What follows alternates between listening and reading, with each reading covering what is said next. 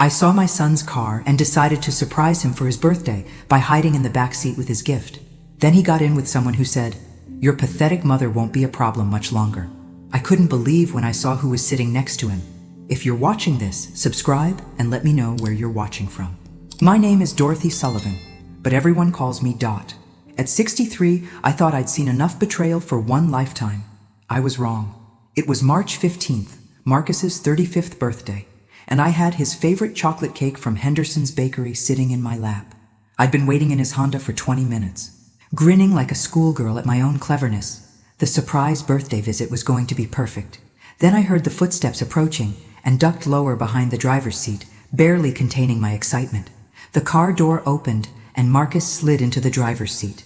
But instead of starting the engine, he waited. Another door opened. "Are you sure about this?"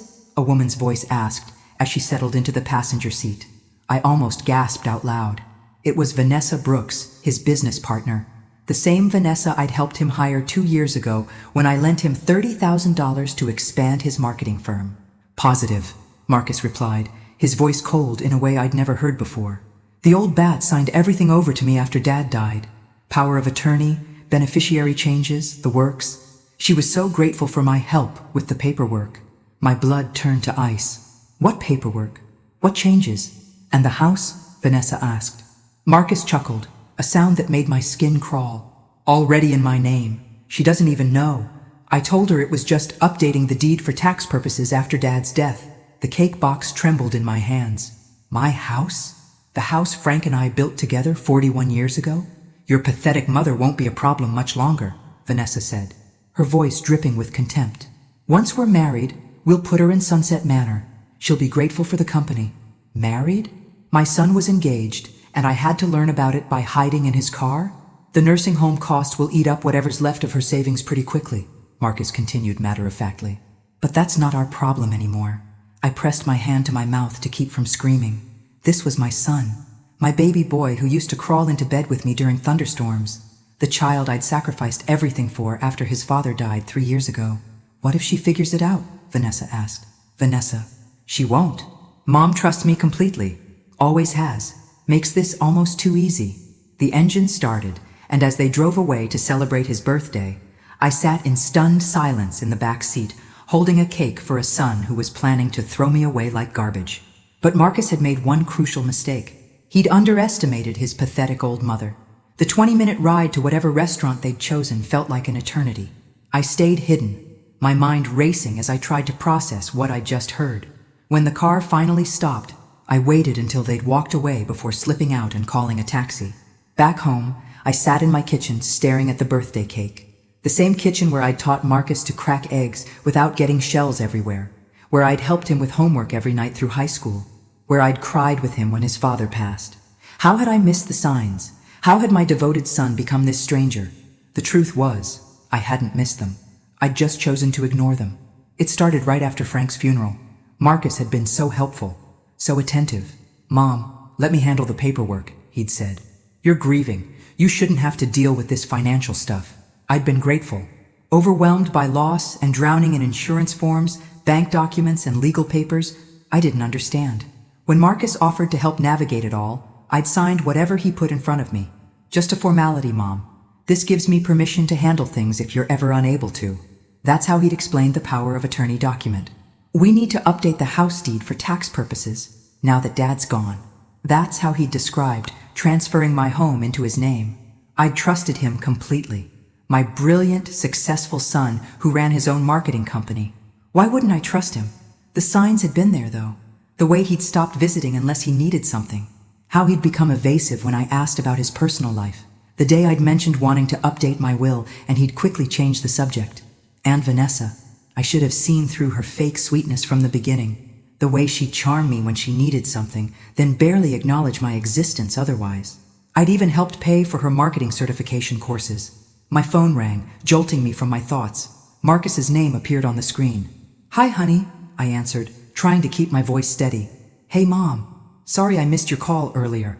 Vanessa and I were at dinner celebrating my birthday." The casual lie rolled off his tongue so easily. "Oh, that's nice, dear. How was it?" "Great. Listen, I wanted to talk to you about something. Can I come over tomorrow?"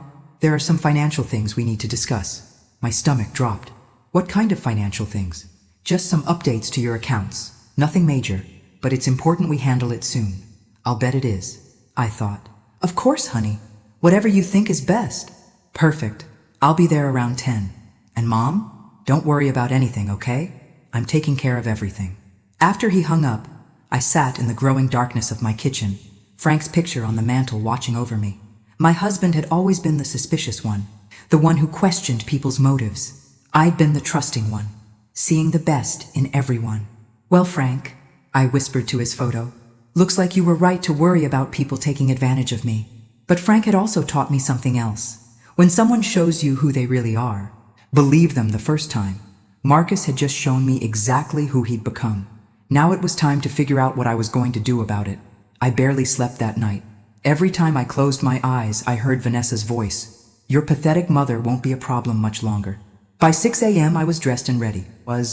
If Marcus thought I was just some helpless old woman, he was about to learn otherwise. I might be 63, but I wasn't dead yet. My first stop was Henderson's Bakery. Irene Henderson had been my friend for 20 years, ever since her daughter was in my 3rd grade class. Dot! She exclaimed when I walked in. Don't tell me Marcus didn't like his chocolate cake. I made it extra special. Actually, Irene, I need to ask you something, and I need you to be completely honest. I leaned across the counter. Has Marcus ever been in here with a young woman? Blonde, early 30s, very put together? Irene's expression shifted. Well, yes, several times over the past year. They seemed quite close. Close how? She glanced around the empty bakery, then lowered her voice. Dot, they were holding hands, kissing. Last month they came in looking at wedding cakes. Wedding cakes. The confirmation hit me like a physical blow, but I kept my expression neutral. Did he introduce her? As his fiancée?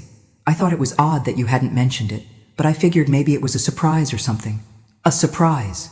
That was one way to put it. Irene, I need you to promise me you won't mention this conversation to anyone. Can you do that? She nodded, concern creasing her features. Dot, is everything okay? It will be, I said, surprising myself with how much I meant it. My next stop was First National Bank, where I'd done business for 35 years. Linda Peterson, the branch manager, greeted me warmly. Mrs. Sullivan, how can I help you today? Linda, I need to review all my accounts, every single one, and I need to know who has access to them. Her smile faltered slightly. Is there a problem? I hope not, but I need to be sure. What Linda showed me made my blood run cold. Marcus wasn't just on my accounts as a co-signer. According to the paperwork I'd apparently signed, he was the primary account holder. I was listed as a secondary party on my own bank accounts. When did this change happen? I asked, staring at documents that bore my signature, but that I didn't remember signing. Let me check. It was about 18 months ago. You and Marcus came in together. You seemed a bit confused about the process, so Marcus explained everything. Confused. That's what they'd call it when they eventually put me in the nursing home too. Poor old Dot, so confused about her finances. Linda, I need copies of everything. Every document. Every signature card. Every change made to these accounts in the past 3 years. Of course, Mrs. Sullivan. Is there something specific you're concerned about? I thought about my conversation with Marcus, about his casual mention of financial things we needed to discuss, about wedding cakes and nursing homes, and how pathetic mothers eventually stop being problems. Let's just say I'm suddenly very interested in understanding my financial situation. As Linda printed the documents, I realized something that should have scared me, but somehow didn't. I was completely at Marcus's mercy. He controlled my money, my house, probably my entire future. But Marcus had made one crucial error. He'd assumed I would stay ignorant forever. Game on, sweetheart. The documents Linda gave me painted a horrifying picture. Over the past 18 months, Marcus had systematically stripped me of control over my own life, my savings account, my checking account, even my CD investments, all transferred to his primary control. But what really made my hands shake was the insurance paperwork. Frank's life insurance policy, the one that was supposed to provide for me for the rest of my life, had been changed. Marcus was now the sole beneficiary. I sat in my car in the bank parking lot, studying page after page of my own signature. Some I remembered signing, most I didn't, but they all looked legitimate. My phone buzzed with a text from Marcus. Running a few minutes late, Mom. See you at 10:30 instead. Perfect. That gave me extra time to prepare for our little financial discussion. At home, I spread all the documents across my dining room table. The same table where we'd eaten birthday dinners and holiday meals. Where Marcus used to do his homework while I graded papers. Where Frank and I had planned our retirement. I called my old friend Ruth Miller. If anyone would know how to handle this situation, it was Ruth. She'd been through her own family drama when her stepson tried to contest her husband's will.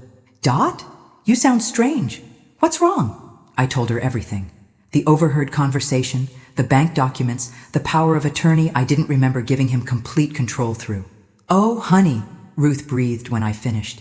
This is elder financial abuse. It's more common than people think. And sadly, it's usually family members. What can I do? First, you need a lawyer. Someone who specializes in elder law. Second, you need to document everything. And third, you need to be very careful. If Marcus realizes you're on to him, he might accelerate his timeline.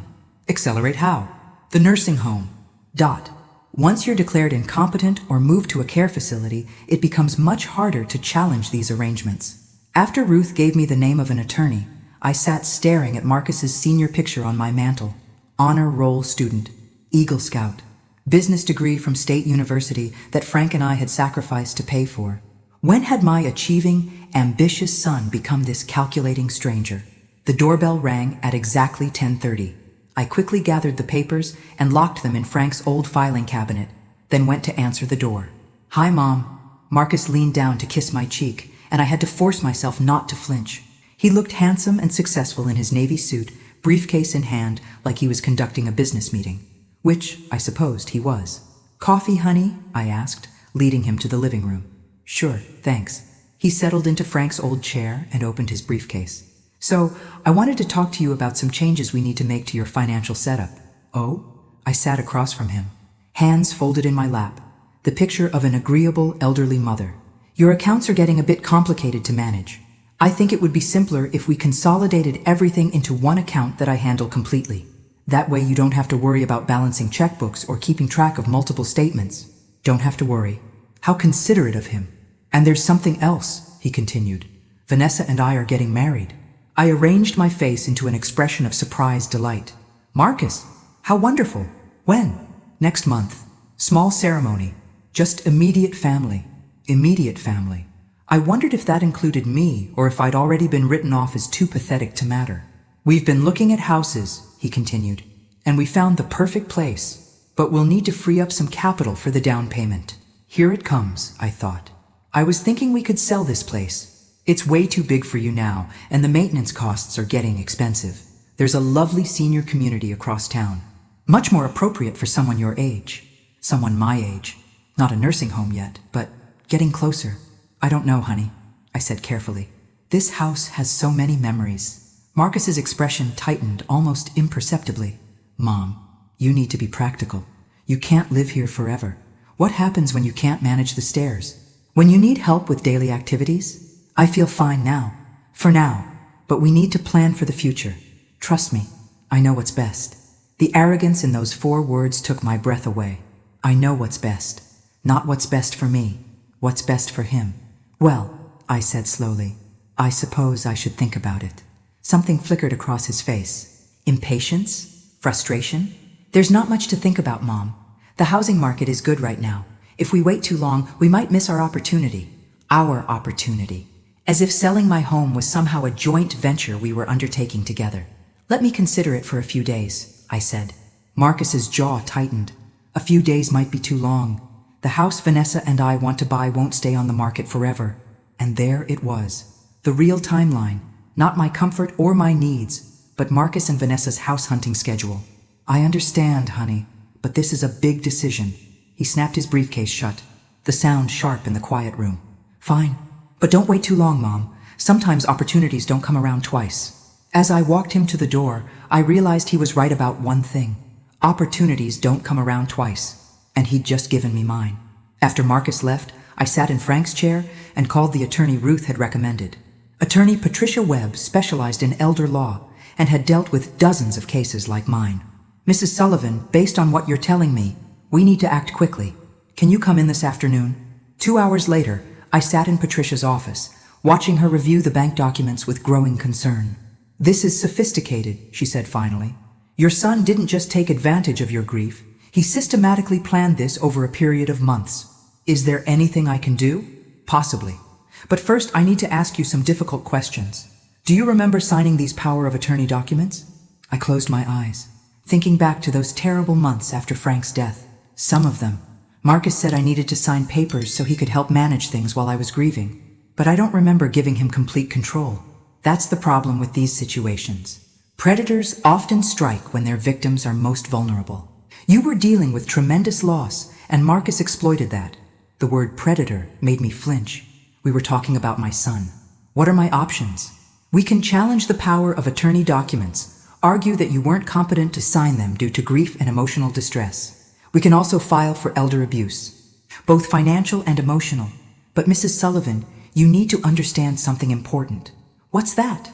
Once we start this process, your relationship with Marcus will be permanently damaged. Family court cases like this destroy families.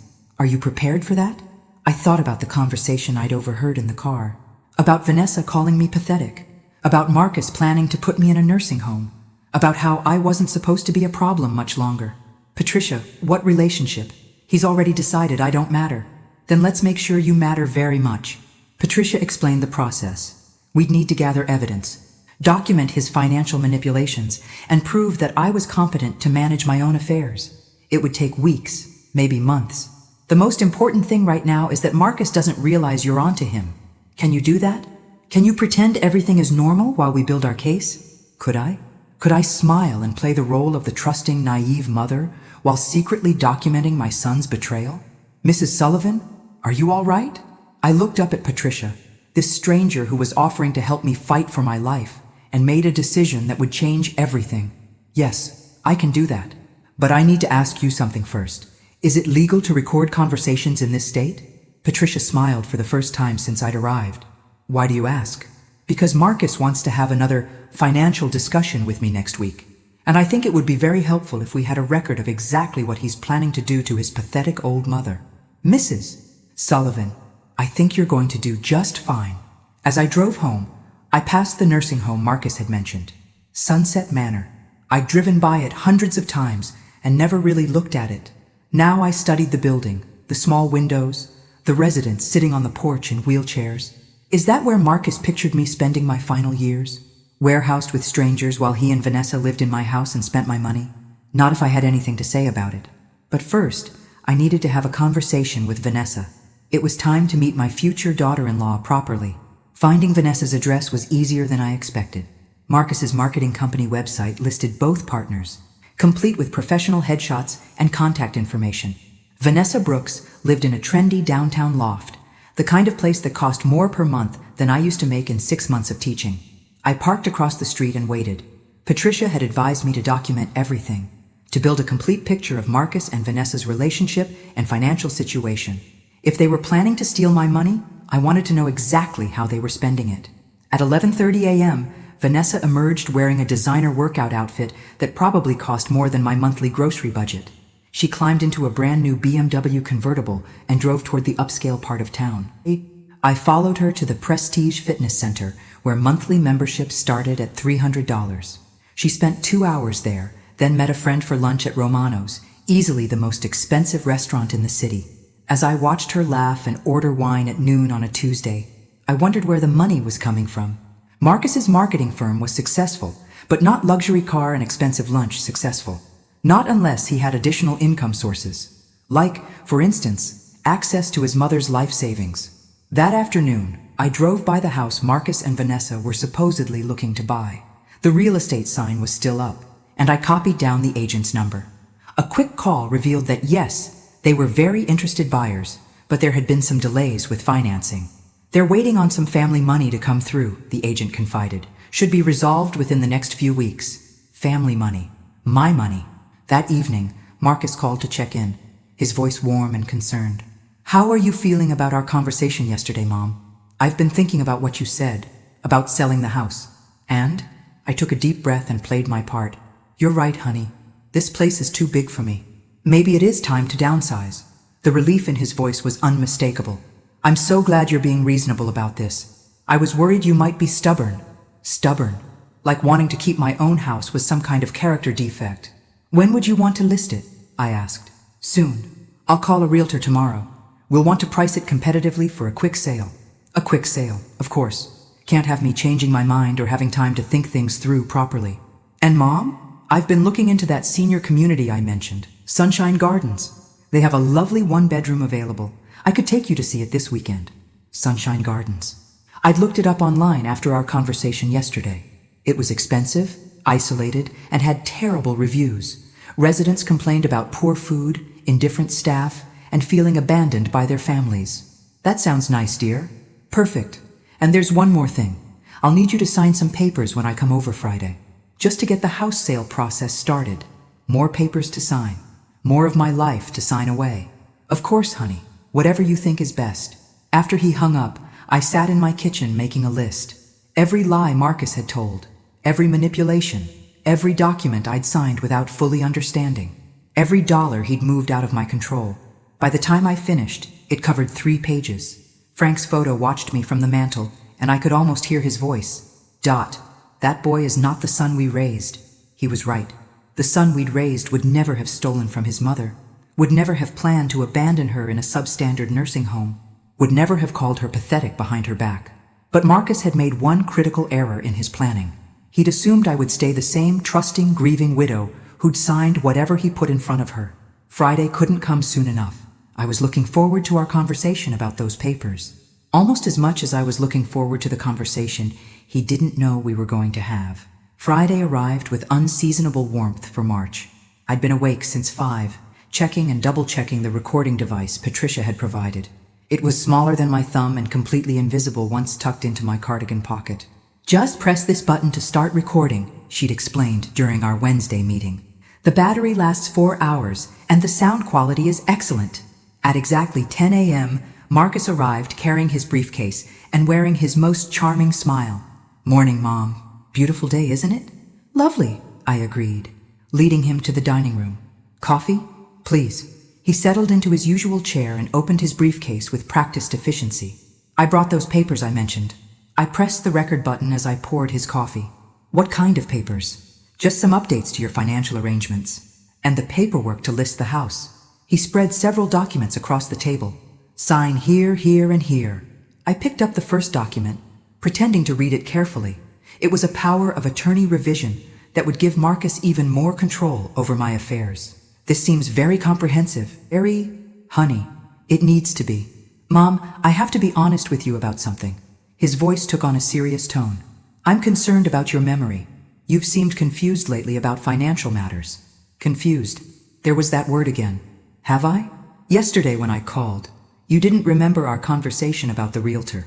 And last week you asked me the same question 3 times. I hadn't done any of those things, but I could see where this was heading. Oh dear, I hadn't noticed. It's nothing to be ashamed of.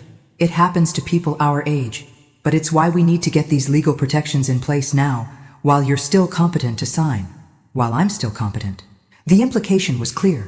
Soon, I wouldn't be. Marcus, can I ask you something? Of course. Are you stealing from me? The question hung in the air like smoke. Marcus's face went through several expressions before settling on wounded incredulity. Mom, how can you ask that? After everything I've done for you? I went to the bank yesterday. Linda showed me my accounts. You've moved all my money into accounts where I'm not the primary holder. His jaw tightened. I explained this already. It's for your protection. Protection from what? From yourself. The mask slipped slightly, revealing something harder underneath. Mom, you're not thinking clearly anymore. Last month you nearly got scammed by that phone call about your car warranty. If I hadn't been managing your finances, you could have lost everything. I'd never received any such phone call. But Marcus's lie rolled off his tongue so smoothly, I almost admired the craftsmanship. And what about Vanessa? What about her? Are you two engaged? Another flicker of surprise. We've discussed it. Why? I just think it's interesting that you're getting married, buying a house, and putting me in a nursing home all at the same time. Very convenient timing. Marcus set down his coffee cup carefully. Mom, no one is putting you anywhere. We're finding you a nice place where you'll be safe and have people to take care of you. Sunset Manor? It's a lovely facility. Very well regarded. I'd called Sunset Manor yesterday. They had a waiting list, But Marcus Sullivan had put down a deposit for a semi-private room. Move-in date, April 1st, 2 weeks away. When did you put down the deposit, Marcus? His face went completely still. What deposit? The deposit at Sunset Manor. For April 1st. The silence stretched between us like a chasm. When Marcus finally spoke, his voice was different, colder. How did you find out about that? Does it matter? He leaned forward, and for the first time in my life, I felt afraid of my own son. Mom, you're making this much harder than it needs to be. Making what harder? The transition. You can't live here anymore. You can't manage your own affairs. The sooner you accept that, the easier this will be for everyone. Everyone meaning you and Vanessa? Marcus stood up abruptly. Vanessa has nothing to do with this. Really? Because I followed her yesterday. Nice BMW, by the way. Expensive gym membership, too. Where's the money coming from, Marcus? The question hit its mark. Marcus's face flushed red. You followed her? Mom, that's stalking. That's exactly the kind of behavior that proves you need supervised care. I need supervised care because I discovered my son is stealing from me? I'm not stealing anything. He slammed his hand on the table, making me jump. This money was always going to be mine eventually. I'm just managing it more efficiently. There it was. The truth, finally, out in the open. Efficiently, I repeated. Yes. Do you have any idea what it costs to take care of an elderly parent? The nursing home fees alone will eat through your savings in 3 years. This way, we preserve the family wealth while ensuring you get the care you need. Family wealth. My life savings had become family wealth that needed preserving. Marcus sat back down, his voice returning to its earlier reasonable tone. Mom, sign the papers. Let me handle everything. You won't have to worry about money or maintenance or any of it anymore. I looked at my son, this stranger wearing Marcus's face, and felt something break inside my chest. Not my heart. That had already broken when I heard him call me pathetic in his car. This was something deeper. The final severing of the cord that had connected us since the day he was born. No, I said quietly. No what? No. I won't sign the papers. No, I won't sell my house. And no, I won't go quietly into that nursing home so you and Vanessa can live off my money. Marcus's mask finally fell away completely. You don't have a choice, Mom. I already have power of attorney. I can declare you incompetent. Can you? Yes. And after your behavior today, stalking Vanessa, making these paranoid accusations, I think that's exactly what I'll have to do. I smiled then, probably for the first time since this nightmare began. Marcus, honey, there's something you should know. What's that? I reached into my cardigan pocket and pulled out the recording device. Still running. I've been recording our entire conversation. The color drained from his face. You can't do that. Actually, I can. Single-party consent state, remember? You taught me that when you studied business law. Marcus stared at the device like it was a snake. Mom, delete that recording. Right now. I don't think so. If you don't delete it, I'll have you declared incompetent tomorrow. Go ahead. Try it. I'll be interested to see how a judge reacts when they hear you admit to stealing my money for efficiency purposes. We stared at each other across the dining room table. 35 years of my motherhood dissolving into this moment of pure antagonism. Finally, Marcus gathered his papers and stood up. This isn't over, Mom. No, I agreed, still smiling. It's just getting started. After Marcus left, I sat in my kitchen shaking. Not from fear this time, but from adrenaline. I'd stood up to him. I'd fought back, and it felt incredible. I called Patricia immediately. Mrs. Sullivan, how did it go? I got everything. He admitted to stealing my money, to planning to put me in a nursing home, to already having power of attorney he plans to abuse. It's all on tape. Excellent. Can you come in Monday morning? We need to move quickly now that he knows you're aware of his plans. After hanging up, I realized Marcus was right about one thing. This was just getting started. If he was desperate enough to threaten me with incompetency proceedings, he wouldn't hesitate to escalate further. I needed allies, and I needed them fast. My first call was to Ruth Miller. Ruth, I need your help with something, and it might get complicated. Anything, Dot. What do you need? I need witnesses. People who can testify that I'm mentally competent, that I can manage my own affairs. Consider it done. I'll call Margaret Thompson and Anne Bradley, too. We've all been friends for 30 years. Anyone who says you're incompetent will have to get through us first. My second call was harder. I dialed my sister Linda in Phoenix, the sister I hadn't spoken to in 2 years because of a silly argument over Dad's china pattern. Dot, is that really you? Hi, Linda. I know it's been a while, but I need to tell you something important. I told her everything. The theft, the nursing home deposit, the recording. By the time I finished, Linda was crying. Oh, honey, I'm so sorry. I always thought Marcus was too smooth, too charming. But I never imagined this. Linda, I might need you to come up here. If this goes to court, I'll need family support. I'll book a flight tonight. Dot? Yes? I'm proud of you for fighting back. Mom and Dad would be proud too. That evening, I was making dinner when the doorbell rang. Through the peephole, I saw Vanessa standing on my porch, looking perfectly composed in her designer coat. I opened the door but didn't invite her in. Vanessa, this is unexpected. Mrs. Sullivan, we need to talk. Do we? Marcus told me about your conversation today. I think there's been a misunderstanding. I almost laughed. What kind of misunderstanding? May I come in? It's chilly out here. Against my better judgment, I let her into my living room. She sat on my sofa like she owned it, which I supposed she thought she soon would. Mrs. Sullivan, Marcus is worried about you. We both are. How thoughtful. This paranoia. These accusations, they're not like you. Has your doctor mentioned anything about early-stage dementia? The audacity took my breath away. Vanessa, I know exactly what you and Marcus are planning. We're not planning anything except what's best for you. Her voice was honey-sweet, but her eyes were calculating. Marcus loves you so much. It breaks his heart to see you struggling like this. Struggling with what, exactly? With reality. Mrs. Sullivan, you followed me yesterday. You think Marcus is stealing from you. You're making recordings of private conversations. These are concerning behaviors. I studied this perfectly put-together young woman who was trying to gaslight me in my own living room. Tell me something, Vanessa. How long have you been planning this? Planning what? The theft. The nursing home. Taking over my life. Her mask slipped for just a moment, revealing something cold underneath. Mrs. Sullivan, I think you need help. I think you need to leave. She stood up, smoothing her coat. We're trying to be patient with you, but Marcus has responsibilities. To his business, to our future together, to his family's financial security. His family's financial security. You mean my money. I mean the wise management of family assets for everyone's benefit. Everyone meaning you and Marcus. Everyone meaning the people who matter. The words slipped out before she could stop them. The people who matter, I repeated. And I don't matter? Vanessa realized her mistake immediately. That's not what I meant. Yes, it is. That's exactly what you meant. She headed for the door, then turned back.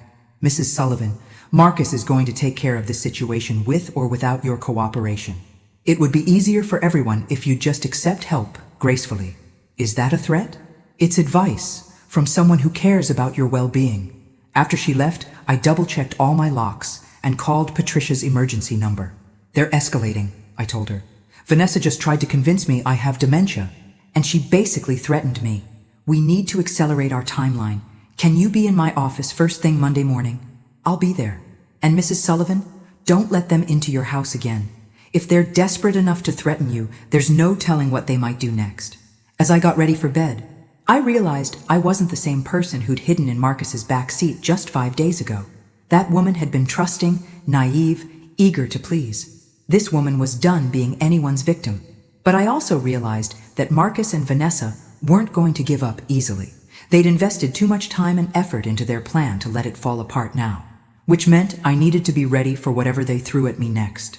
Monday morning brought unseasonable snow, covering my driveway in a slick white blanket that made walking treacherous. Perfect weather for feeling like everything was sliding out from under me. I arrived at Patricia's office early, clutching a folder containing copies of every document Marcus had ever asked me to sign. My sister Linda sat in the waiting room, having flown in yesterday despite the weather warnings. You look different, Linda observed as we waited. Stronger somehow. I feel different, like I'm finally waking up after a long sleep.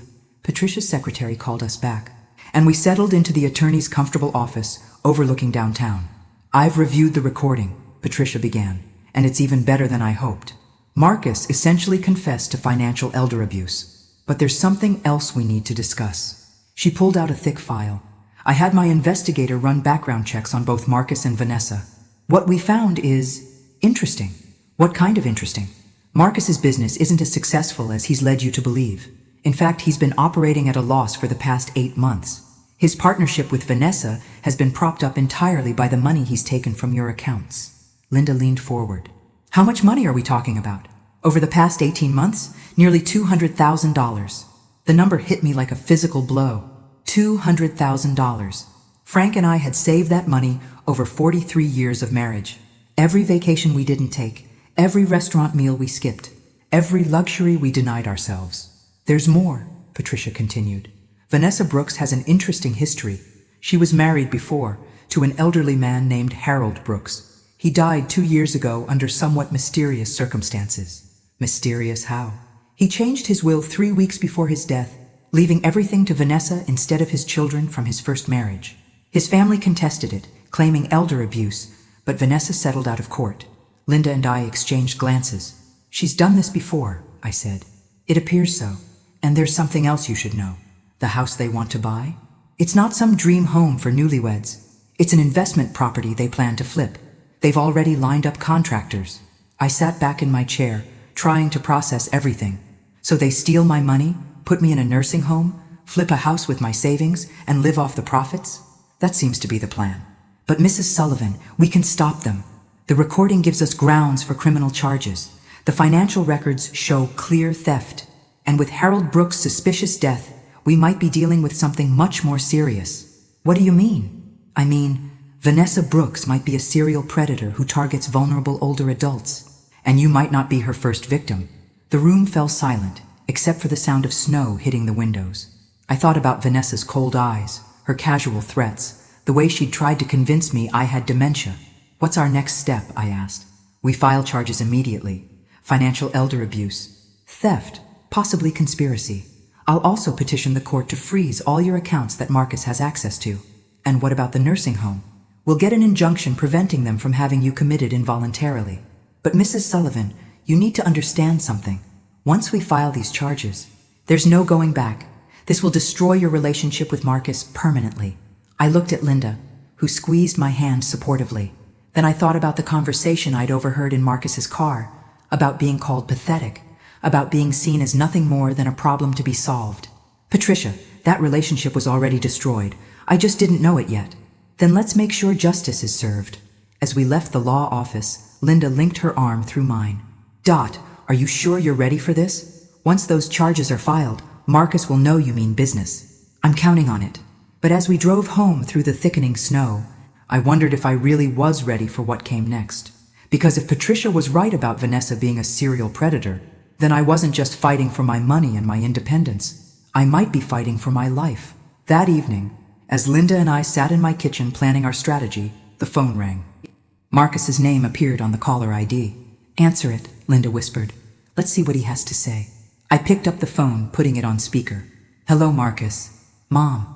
His voice was tight, controlled. We need to talk. I think we've said everything we need to say.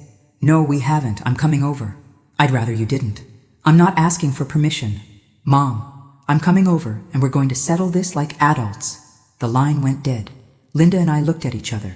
Call Patricia, I said. Tell her Marcus is on his way over and he sounds angry. Should we call the police? I thought about it for a moment. Not yet. But if he tries to force his way in, we will. 20 minutes later, headlights swept across my living room windows. But when I looked outside, I saw 2 cars in my driveway. Marcus and Vanessa had come together, and they didn't look like they were here to apologize. The doorbell rang 3 times in rapid succession, followed by heavy knocking. I looked through the peephole to see Marcus and Vanessa standing on my porch, both looking grim and determined. Mrs. Sullivan, Marcus called out. Open the door. We know you're in there. Linda moved to the window and peeked through the curtains. There's a 3rd person sitting in their car, a man I don't recognize. My blood ran cold. Call Patricia, now. Linda dialed while I continued watching through the peephole. Marcus was trying the door handle, checking to see if it was locked. Mom! His voice was louder now, more aggressive. Don't make this harder than it needs to be. We're trying to help you. Mrs. Webb's office, Linda whispered into the phone. This is an emergency. The knocking became pounding. I know you can hear me, Mom. Open this door right now or I'm calling the police and having you taken in for a psychiatric evaluation. My hands shook as I realized what was happening. They weren't here to apologize or negotiate. They were here to finish what they'd started. Patricia's on her way, Linda whispered, hanging up the phone. And she's bringing the police. Mrs. Sullivan! Vanessa's voice joined Marcus's. We're we're here to help you. You're clearly having some kind of mental health crisis, and we're concerned for your safety. Mental health crisis. They were setting up their narrative for when the authorities arrived. The confused elderly woman who'd barricaded herself in her house, making paranoid accusations against her loving son. Open the door, or we're coming in, Marcus shouted. I heard the sound of a key in the lock. My heart stopped. Marcus still had his key to my house. The front door opened, and suddenly they were inside my home. Uninvited and unwelcome. Mom! Marcus called out, his voice echoing through the house. Where are you? We're here to help. Linda and I pressed ourselves against the kitchen wall, trying to stay hidden. I could hear their footsteps moving through my living room, searching for me. Check upstairs, Vanessa's voice directed. She might be hiding, like I was some kind of criminal in my own home. Mrs. Sullivan, a third voice called out, unfamiliar and official sounding. My name is Dr. Martin Hayes. I'm here to evaluate your mental state. A doctor. They'd brought a doctor to declare me incompetent. She's paranoid, Marcus was explaining loudly, clearly for our benefit. Making wild accusations about theft, following people, recording private conversations. Classic signs of dementia-related paranoia. I see, the doctor replied. Has she been evaluated recently? She refuses to see her regular physician, claims everyone is conspiring against her.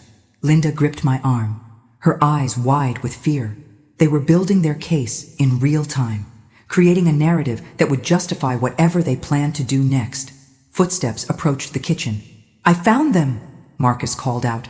I stepped out from behind the wall, Linda beside me. Get out of my house. Marcus held up his hands in a gesture of false calm.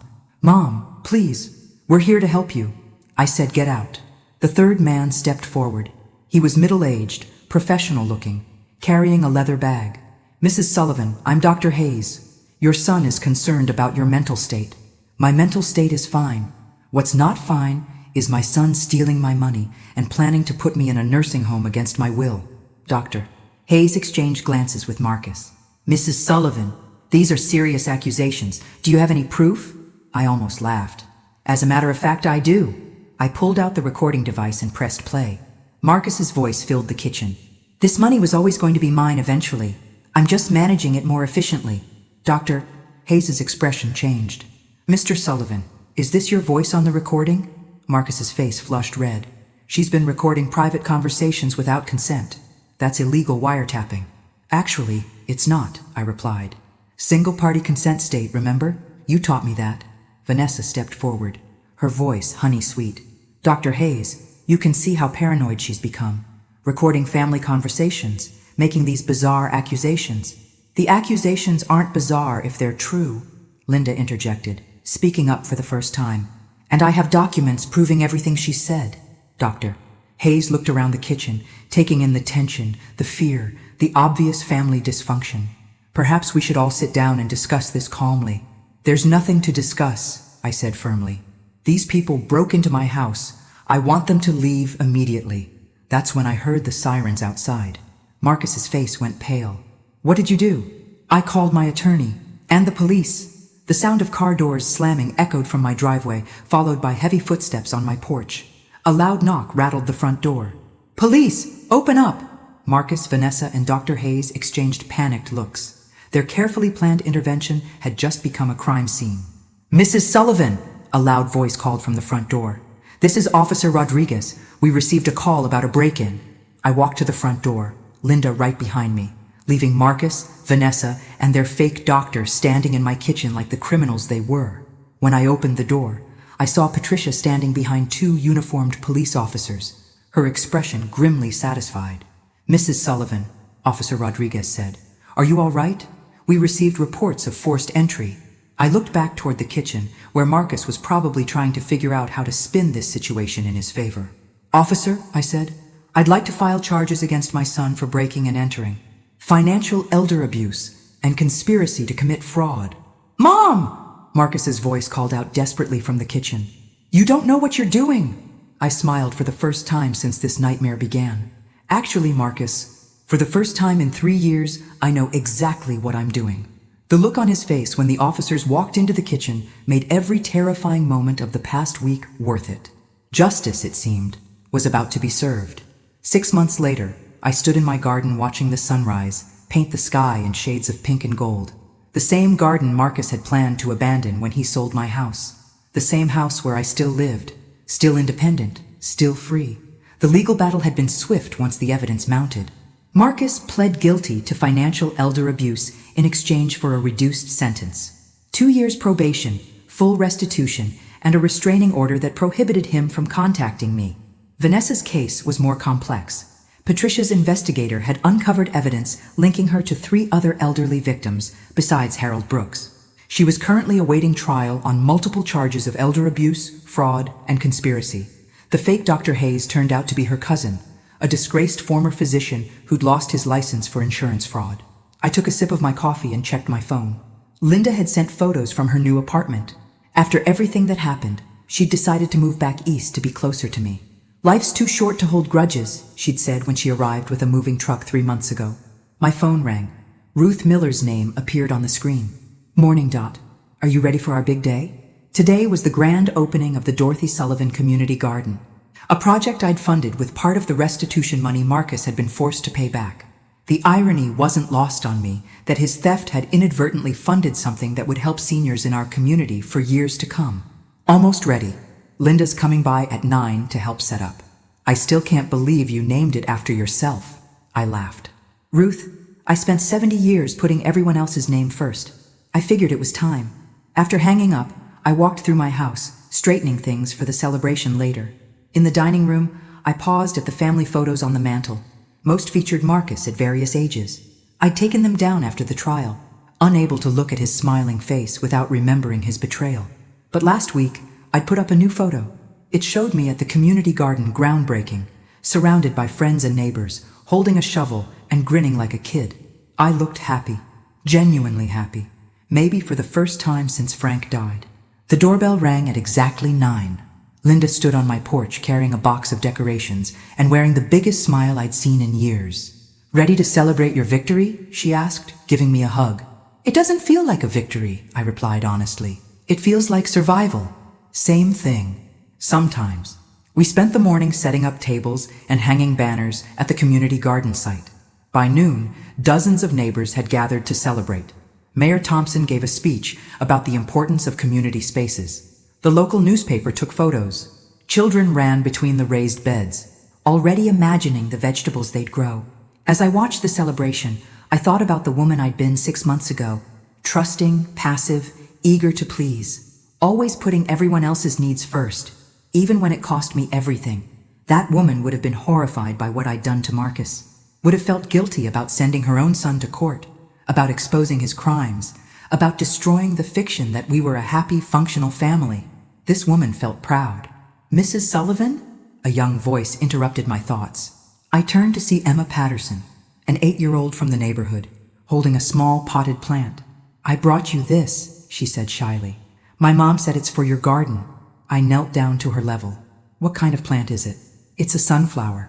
Mom says they're strong and they always face the light. Always face the light." I felt tears prick my eyes. "Thank you, Emma. It's perfect." As the afternoon wound down and neighbors began heading home, I found myself alone in the garden for a few minutes.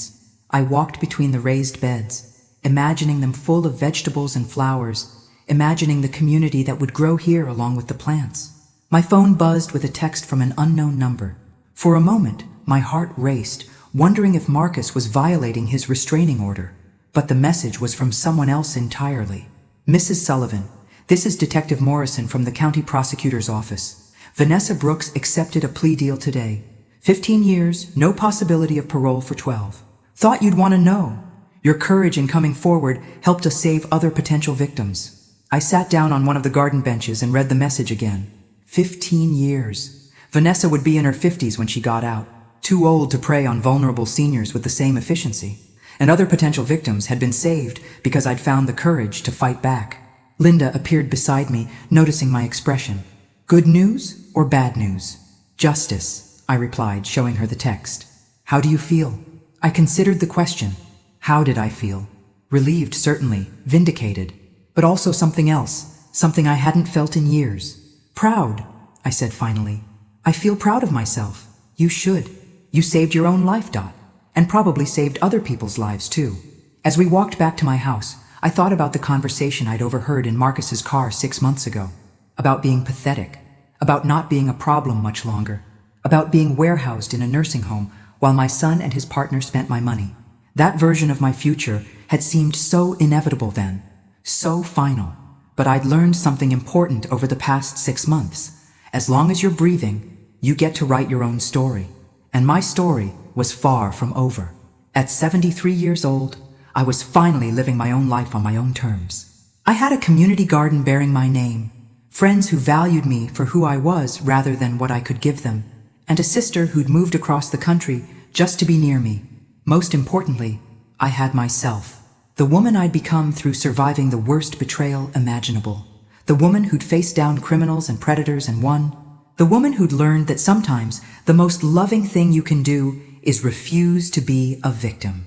As I locked my front door that evening, I smiled at the thought of Marcus somewhere trying to rebuild his life, hopefully learning that stealing from your mother has consequences. And I smiled at the thought of Vanessa in prison, unable to hurt any more vulnerable seniors. But mostly I smiled, because tomorrow I'd wake up in my own house, in my own bed, living my own life. And that was the greatest victory of all. Thanks for listening. Don't forget to subscribe and feel free to share your story in the comments. Your voice matters.